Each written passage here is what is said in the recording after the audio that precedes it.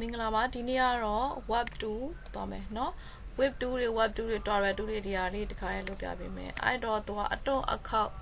အချိုက်အဖောင်းလုပ်ချင်သုံးမယ်เนาะအဲ့တော့၄တောက်တစ်ခုကိုဆွဲလိုက်တယ် object တစ်ခုကိုဆွဲလိုက်တယ်အဲ့ဒီ object မှာအတွင်းရောင်ထည့်ခြင်းနဲ့ဆိုလဲအတွင်းရောင်လေးကိုထည့်လိုက်ပါ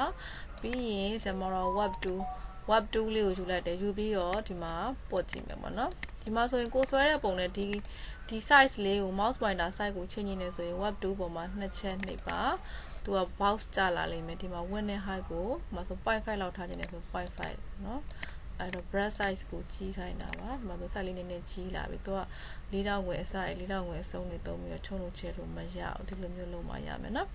โอเคဒါဆိုလို့ရှိရင် web 2လေးနဲ့ဒီမှာသူကရှိနေတဲ့ point ကိုဒီလိုလေးပြန်ပြီးတော့ပြင်ဆင်လို့ရတယ် web ကကြာသူကလုံးလာတယ်ပေါ့เนาะ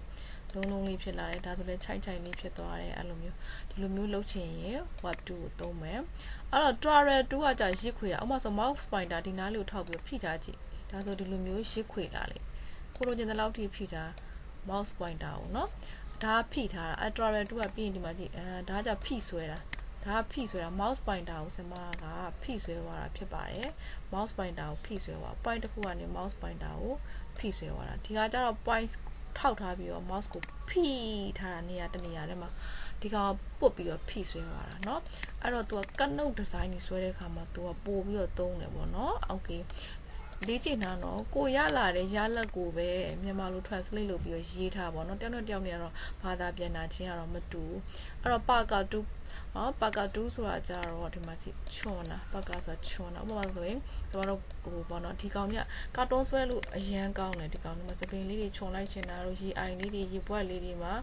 အဲ့လိုမျိုးလုပ်ချင်တဲ့အခါမျိုးမှာသူကသုံးမယ်နောက်တစ်ခါကျတော့ဘုတ်တူကကျတော့ဘယ်လိုပဲလုပ်နေသူကလူကြီးအကြီးဖြစ်သွားစေရလေလူကြီးနော် point မျိုးလုံးကြီးဖြစ်ချင်တယ်ဆိုလို့ရှိရင်ဘုတ်တူကိုဆင်မတော့ကသုံးပြရမယ်ပေါ့နော်အဲ့တော့နောက်တစ်ခါဘုတ်တူပြီးသွားတဲ့အခါမှာသူက scale up 2ဆိုတာရှိရယ်เนาะ scale up ဆိုတာဘာကိုပြောရလဲဆိုတော့သူ scale up လို့ဖတ်ပါ scale up 2